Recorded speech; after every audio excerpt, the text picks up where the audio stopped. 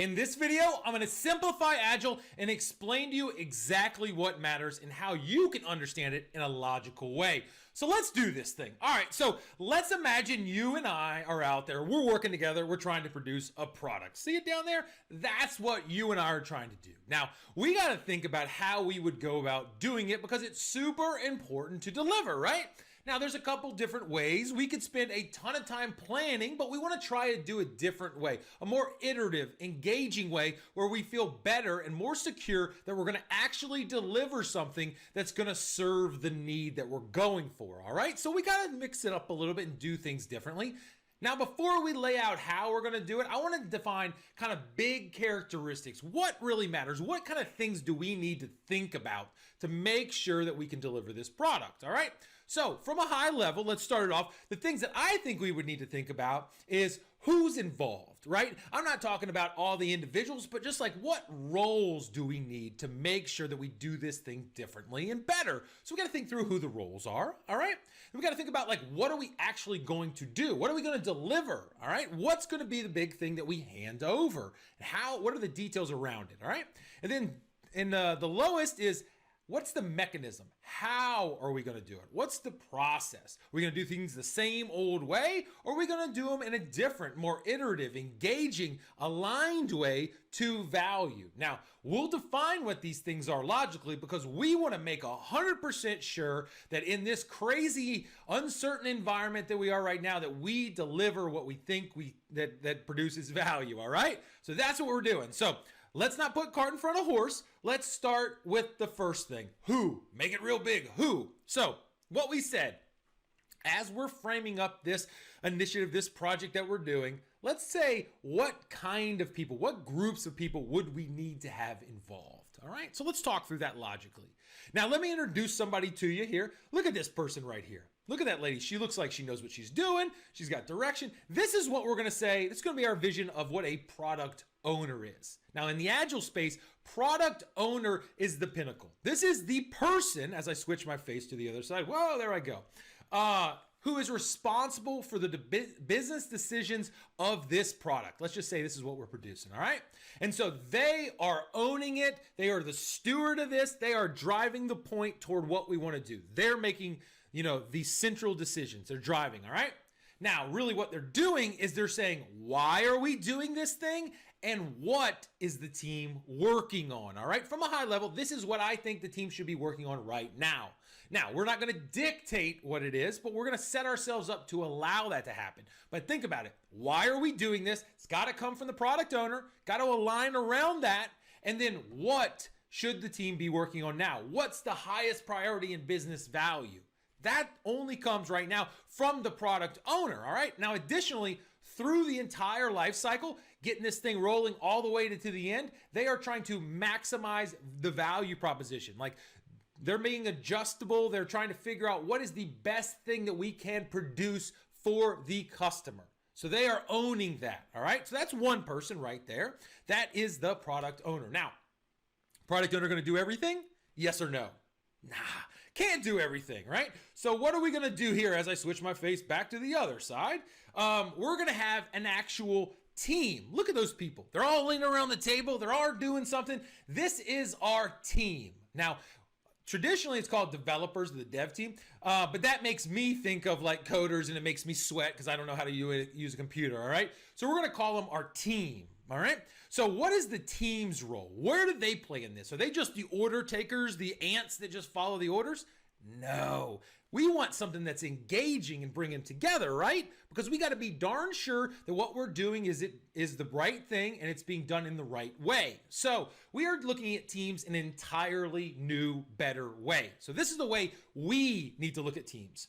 We have any individual that builds the product. So our team is not just a couple people here that are spread for a couple minutes. No, they're 100% committed to us, and it's anybody, we'll say individual, anyone who helps build or maintain our product. The design people, the product people, anybody in there, maintenance staff, marketing, whatever it is, all these people have a say.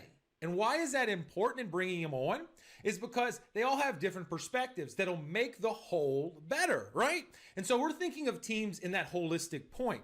And additionally, we want our teams, you and I, when we run this project in this logical, agile way, we want them to be self-organizing, meaning that they know exactly, they're finding out what they need and like, oh, we need a person that's great at this. We need a person at that. And we're putting together our own kind of structure to work through this. And they're cross-functional. They're not just all these people over here sit over here, all these people over here sit over there, and they only work in their little silos and that's it. No, we bring them together, mismatch them together, and we get more from them, all right? But they're making the decisions. They are empowered to do this. That's what we mean by self-organizing, all right? Cross-functional, empowered, all right? That's what we're looking at. When you see that team, you should start seeing them a little bit differently than just a traditional team. Now, third group, as we got this thing rolling, wouldn't it be great to have a facilitator, a scrum master, an individual that's not in the weeds doing the work, but that can take the view back and say, what's going on here? How efficiently are we working? Is there a better way? Where do we need help? All those things, kind of jumping in there and being the facilitator of the overall process to help them elevate the team, the product owner, etc., elevate their skills and elevate the efficiency of it. Wouldn't that be cool? That's what these people's roles are. Now it says Scrum Master because Scrum as a methodology is the most commonly used Agile methodology of all Agile type things, all right? So 70-something% of them, of teams out there are using Scrum. So we're gonna go through it in that respect, but kind of a facilitator in a sense. Now, what they are is they're also kind of a coach, helping people build their skills. Not everybody's at the same, but they're assessing and they're helping build up in a, an engaging way, all right? They're servant leaders like we all are here. And then they are, in a sense, this is Scott's editorial, that they're like the conscience, right? The guider, the conscience, the defender of the team, all right? Because they're looking out for what's best for the team, where they are right now. And in my mind, as I think and study this and talk to people, I see them as kind of like Jiminy Cricket, all right? You know Peter Pan, Jiminy Cricket sitting on his shoulder, giving Peter Pan advice and guidance and, being there to say, Peter, like, should you be doing this? Or that's so great. What can we reflect on this? What can we get better at? So Jiminy at any time can get popped off the shoulder. Occasionally he does, right? But he always comes back. And what he's trying to do, as I go into Disneyland, is that he's trying to help guide Peter Pan along. Same thing with the Scrum Master, trying to guide the team along. Now, has no direct control to say, thou shalt whatever. No, it is servant leadership guiding, kind of being like the combination of that old show Columbo, he was like, I got one more question, like, or whatever. And he'd say, what about this? Like, kind of like that and Peter Pan, and Jiminy Cricket, if you can follow my examples. Younger people, Google it, all right? And so what we're trying to do is help guide and be there and support and help the team move up. So these are our cast of characters. These are the people that are going to play. I try to put a visual image with them, right? And so as we lay them out, I want you to see them. Let's go through them again. Say them out loud. Say them out loud with me right now. Who's the number one person? Product owner. See her in your mind. See what they're trying to do. Align on value. Align the team. Why and what are we doing, right? And then the team, cross-functional, self-organizing, in there, mixing it up. They feel empowered. Imagine yourself on that team. What would it feel like to be told, hey, you can do this. You can manage this. I need you. I need your opinion. We're going to get these other people in. You are part of the team and you're integrated to this thing. It would feel good, right? And that's what we're trying to go through. And lastly, the Scrum Master. Looking back, assessing, being the conscious, being the guider, being the helper, helping everybody get better. Now, as we start to frame it out, I said, we're going to do things differently, right? Feel different? Does it feel different? And I asked like, okay, so I get it. I get the roles, but like, what are we actually doing here? You said we're building a product. Like, what are we doing, Scott? Let's get to the planning. Let's get to the nuts and bolts. Cool. We got you. I got you. All right. So now we talked about the team. See the team right there? Let's go into what? All right. And so when we think about what we can do now, say we get this product, we're all super excited to deliver, build this product, whatever it is literally a black box right now. What could we do? We could spend a day, a week, whatever, plan out everything ad nauseum, every single thing that we think we need, super detailed from the beginning and go, Boom, we spent a week, we went out there, we nailed down everything. Go build it, team, go build it. Now, we could do that. Now, how confident would you feel that every single thing we laid down right there is dead on exactly what the customer will really need and will produce value at this point? Do we feel 100% confident? Probably not, right? Probably not. So I want to introduce a different thing. We have a lot of things that we feel pretty darn confident right off the bat with, some that we don't, and some that we think or whatever. So let's make a big old list, simplify stuff, right? Big old list of all the user wants, things that we think will produce value for the customer right there through this product. We're going to put them in a big long list. See that? Now I want you to think of that as the product backlog. That's the repository. This is a thing for you to organize in your brain. This is the repository of all the things that we could do. Now, as I jump my face to the other side, here we go. It's the queue of, see what I have in there? Candidate work. Candidate work. Like these are possible things that we can do, all right, for the team. We're not off and running yet. We're putting them on there. They're sitting on the list right now. Now, this list, the product backlog, is owned by the product owner. And it's constantly bubbling. It's constantly being refined. Certain things are taking precedent over others, and we're learning more about them. And so what the product owner is doing right here is they're making sure that the right stuff is on the list. That makes sense. Is the right stuff on the list?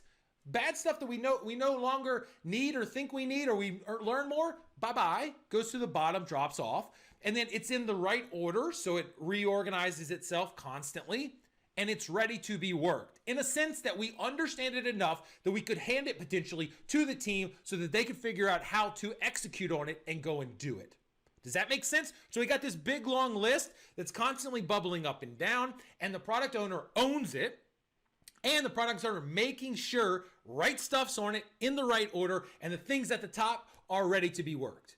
Now we could go forever making up ideas, but we want to focus our attention toward the top, right? And so right there, the backlog is all the things that we could do. It's never done. It's all iterative. And then we get into it and we go into and we say, let me go over here. We say, what's next? What are the things that we could do now? Because we can make a big long list, but like we got to get our people working on the right stuff, right? So what are the things, another littler list off the big list, little list that we could do now? Now, this isn't fancy computer language. This is just straight up country logic, guys. And so what we got here is we got the sprint backlog. So before we had a product backlog, still exists, we got a sprint backlog. Product backlog long, sprint backlog focused. All right, and so what happens is in a sprint, which we'll talk about in a second, this is going to be defined as what the team will do right now in a set period of time, either 2 weeks or a month, whatever's defined. But this is off of the product backlog of what we will do. That's awesome. And it's not something that's dictated to the team. It's with the product owner and the team to figure out how we get these done. Can we get these done? All right. So that's awesome. And it's completed. This sprint backlog is completed in the Scrum sprint. All right. Now we'll talk about what a Scrum sprint is, just a defined matter of time where we work through it. But what's really important now? We don't want to throw everything in your mother in there, everything in the kitchen sink. We want to be very calculated about what we can produce during that time period. Okay? That's what we're trying to do here. And we need to develop, while we're doing this, the team, right? A plan for getting it done. Because when we have the product backlog, it's what we could do with some details and why it matters. And then we talk about, okay, guys, this is what we think we should do. How can we get it done? And we got to come up with plans there and realize that we have to refine our plans because they get better and better and better. Now, taking a teensy bit back, think about how this is a little bit different than traditional waterfall project management. What do we have that way? We make a big long list of all the things that we will do, and then we start planning every single one of them, top to bottom, right? And orchestrating them and organizing them and running meetings against them and running things and saying, oh, you're behind, you're behind, you're behind. But in reality, we all know when we get into the fight of this for certain projects, we learn a lot. So that's what we're trying to do here is get what we need to do right now, get through the fight of working through it, find the best way to do it, check every single day and get better, better, better. Okay? That's what we're trying to do there. Now, at the end, this is what we're trying to get at there. We're trying to produce what they call an increment. Now, we're not going to produce the fancy, totally done box every sprint, right? We're going to produce some functionality, something that the customer can use. And we're going to call that an increment. So I put a little picture down there where the person is clicking the button and smiling, right? They like it. They can use it. They can go forward. They see the path. That's what we're trying to do, is produce an increment, a little path, a little step down the road. All right. So that's what we're trying to do. Something that works, as it says right there, right? And provides customer value. Because this isn't going to be like, oh, we're doing everything in our auspice over here and then we drop it on you perfection. No, it's released over time. And we want to get those frequent deliveries, right? Remember the Agile Manifesto coming together now? And then we got to have this to be an increment in the sprints that we'll talk about soon, is we'll have it functional, tested, and accepted. So it's got to work. It can't be theoretical at this point. It's got to work. All right, so that's awesome. And it's like I said, it's not the whole thing. It's a subset of the total project outcome.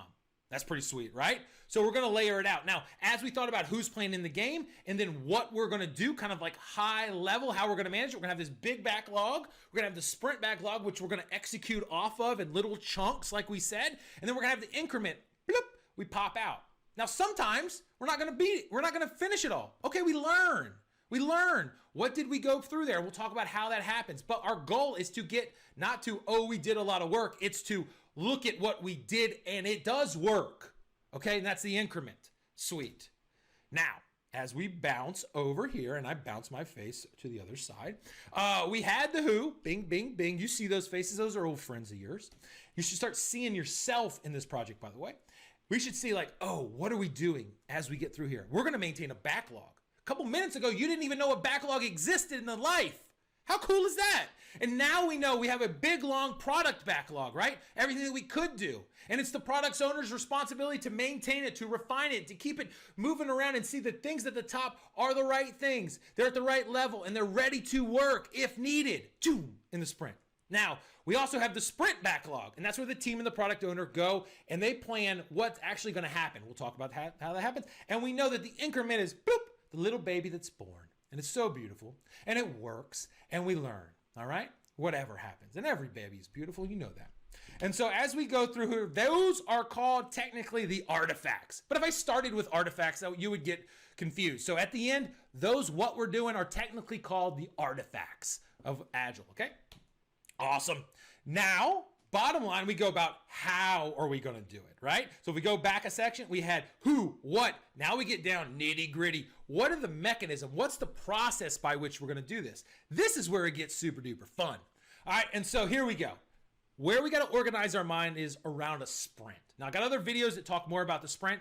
Don't think of it as frantically running. Think about it as predictable, repeatable paces, like intervals of a sprinter in a meet.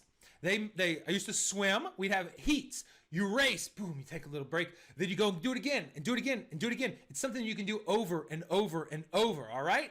And so I want you to see this entire box as our sprint. They call that time boxing, meaning they lock up the time, all right? It's a set time. We'll get done what we can get done and we'll get better at doing it as we go, all right? And so it's a defined length. That's why they call it time box. See the box. And usually it's either 2 or 4 weeks, basically 2 weeks or a month. Now, the most common is 2 weeks. But the thing that you need to focus on is we are nailing down a time boxing. All right, boom, we're putting bounds on it. All right, so the sprint is how we get things done. All right, now within the sprint, there are different things that we do. I'm just going to talk simple language here.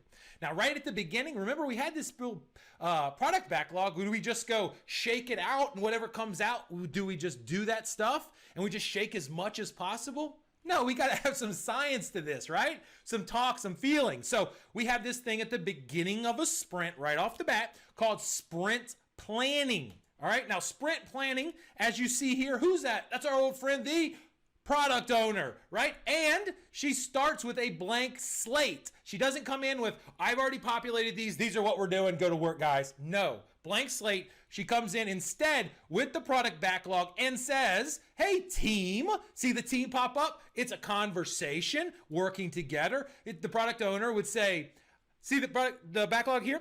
I've refined it. I got it good. We worked it out. Thank you guys for the insights and the other people, because it's not we do it by ourselves. It's, we've refined this a little bit together beforehand. I'd like you to consider taking these on in the next sprint, in this upcoming sprint, this sprint right now. And we'd say these right at the top. And then we'd say, awesome. Then the team would be challenged with the product owner to figure out how many of those things, this, they can bring into the sprint and how they do it. Like, what would be the process, the steps, the activities? How would we go about doing it? What's the thing? Now, this doesn't take forever. Very focused. It is time box in itself. There's a box around that as well. See? Big box for let's just say 2 weeks, time box around the sprint planning. And when we go into another video on that, we'll talk about the times and all those things, but you just need to know a defined time. All right. And so as we do that, it's collaborative. See down there, it's collaborative, and it's trying to optimize value creation. Now, those aren't just buzzwords. Think about what parts of the team and the product owner are doing. The product owner for value creation is saying, what is the most valuable things that we can deliver right now? Great. All right. And then the people down in the team are saying, as far as value creation goes, like, what is the best way we can do it? How much can we do? How do we do it to be able to serve the value of the customer? So we're both balancing these perspectives, and it's like a handoff, but together to get this done. It's so beautiful when you think about it, right? And that is sprint planning. And when we do that, boop, what are we going to get? A sprint backlog. All right. So that is exactly what we're going to accomplish and get done in this sprint. Makes sense, right? So we have a better understanding. We're not trying to conquer the world. We're conquering these things, and we got to figure out the best way to do it. And it's like a microcosm of the big thing to go, right now, beginning of sprint, this is how we think we're going to do it. But we're going to learn really quickly and refine as we go, because we know we can't predict the future. And we can always find somewhere better to do it. But we know we're focusing on these. Dude, this is awesome. And so as we go into this, we got to define in here, not just like, hey, we're going to do these things, but what are our approaches and plans for getting these done? Now, it can't take forever. We got to nail them down, get into the battle, refine. All right?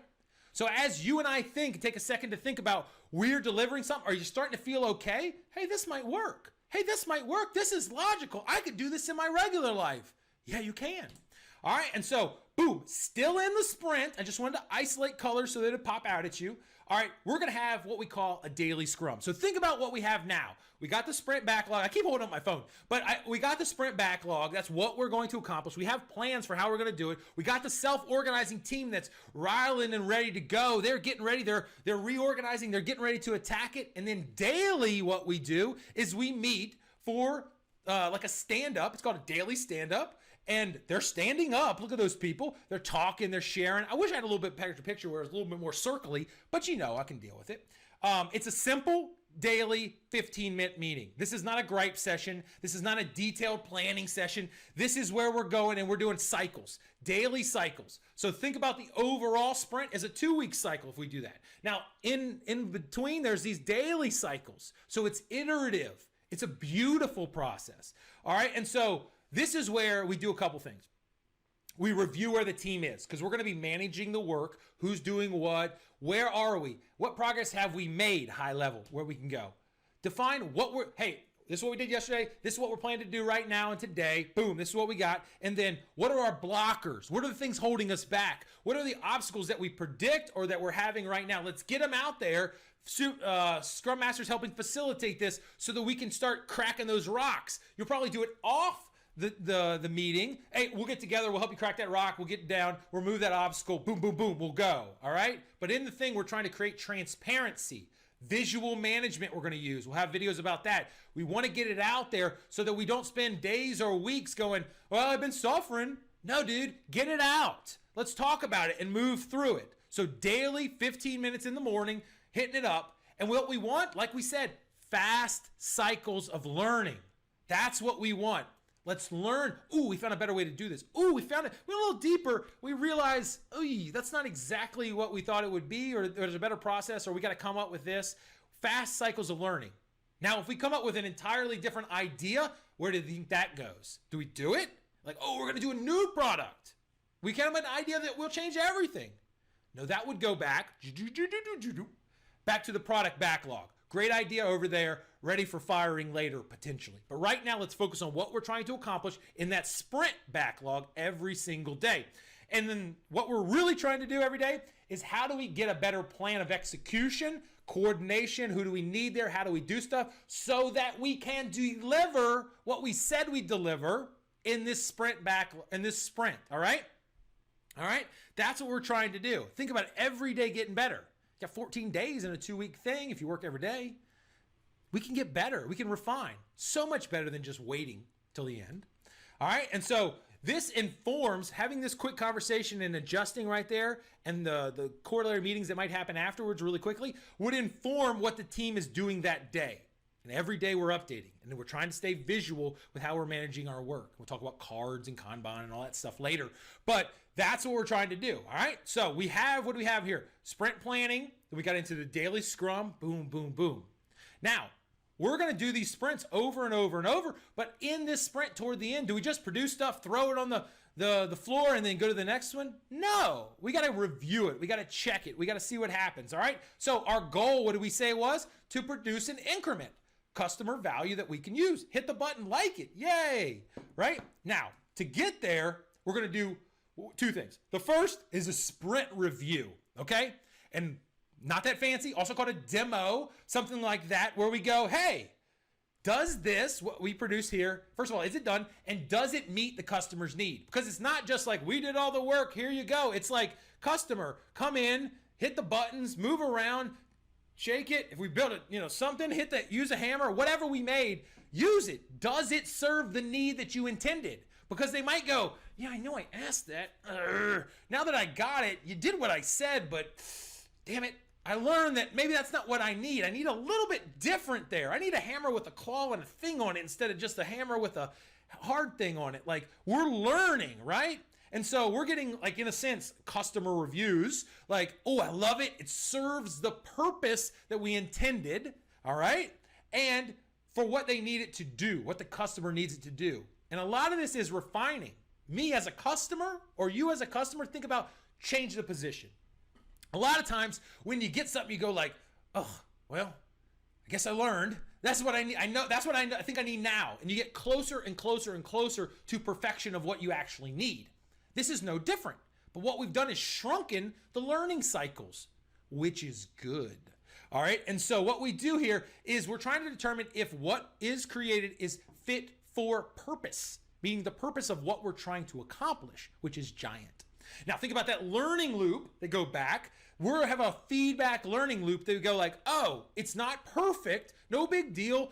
Don't, nobody jump off a bridge. Like, we have a better understanding of what the customer actually needs now. What do you think happens to it? Follow that arrow, boop, back to the product backlog. Sweet. So we can go and maybe it becomes the highest thing or the middle, or maybe we need to iterate more and refine this backlog to understand. But it goes back there and it plays around and maybe it gets into the next sprint. How cool is that? All right, and so as we go there, remember I said at the end, there's 2 things. We said one was a sprint review. Second one is called the retrospective. Now the retrospective, my picture for that is dramatic. And it don't have to be that dramatic, but what I wanted to do is have a dude looking back, all right? Now looking back as a group, a team, we are going to time box that as well. We're gonna set a simple amount of time so that we can get together and say, hey, what can we do better next time? What do we, if we reflect back on the retrospective about different things, about the product, like producing the product and other things like that, and the process by which we do work, what can we do better? All right, thinking through that. Ooh, what did we do good that we need to harness and do more of? Both sides of that play. And we're going to come up with a lot of things. So it is not about blame. John, you're stupid is not the way we do it, all right? What we need to do is we need to find the root cause. We've had issues with understanding something, of getting awareness to problems when they occur. Well, what's the reason why? What's the reason why? I said this was logical, right? That's what you'd ask. Hey, we have a problem. You'd say, why? Let's go to understand it before we hit somebody with a hammer. All right, find that root cause, develop countermeasures. I think this would work. possibly countermeasures, and then plan action items to do it. Next time we're going to do this. Make sure we do this next time. All right, cool. We'll find those things. We'll put them back into our process and hopefully be better for it. So you see how this is all a self-propagating and improving engine? And the way we started with this is you and I have to produce something. Would we feel better doing this or the old-fashioned way where we just make a long list of what we want to do, throw people in a room, light a bunch of money on fire, and then show up at the end with a half-excited customer? Which one would you want? All right? So I know where I'm putting my money, and so we talked about who, what, and then let's just review what we just talked about, this sprint cycle, right? What did we say? These are technically the events that happen, all right? We have the team, the artifacts, and the events. So, starts off with sprint planning. As we get in there, we're refining, we're taking that backlog, and we're putting it in there, the things that we want on the sprint backlog, and we're saying, this is what we think we ought to do, all right? And the team and the product owner are working together, like we said. We're getting that sprint backlog nailed down. Then, in the sprint time, daily scrum, daily stand-ups. That's what we're doing to get the feedback loops, to progress us, remove obstacles and rocks, move us forward, etc. Get the better plan every day. Love it. It's a mentality as much as anything else. And then review at the end. Like, Mr. and Mrs. Customer, this is what we got for you. Do it. You like it or not. Does it produce the value that you intended? And then we could get through some really awesome conversations about, tell me more about that. Tell me more about what we're trying to accomplish. What do we understand now that we didn't understand 2 weeks ago? All right? Okay, so those are pretty good. And then the retrospective, well, we're taking time thinking about what we could do better in the product development and the process. Okay? This is your universe. This is the Agile universe simplified. Now, we'll go into depth in all of these things, but my goal here is for you and I to have a basic, logical, take the edge off conversation to say, you know what? This is reasonable. This is logical. I can try to do this. And if you can see this as something that just helps you do work better, then you demystify Agile. And I think that a lot of smarter people than I do this for, full time, and they're excellent at it. I hope we're attributing to them. I think we are. And what we want you to understand is that this is a great way to manage work. So get comfortable. And we're going to go deeper into all these little things and talk about the team and talk about the individual events, etc., and the artifacts. But you got a big picture. That was fun, wasn't it? I'm proud of you. Keep going. Let's keep learning. Jump to the next step.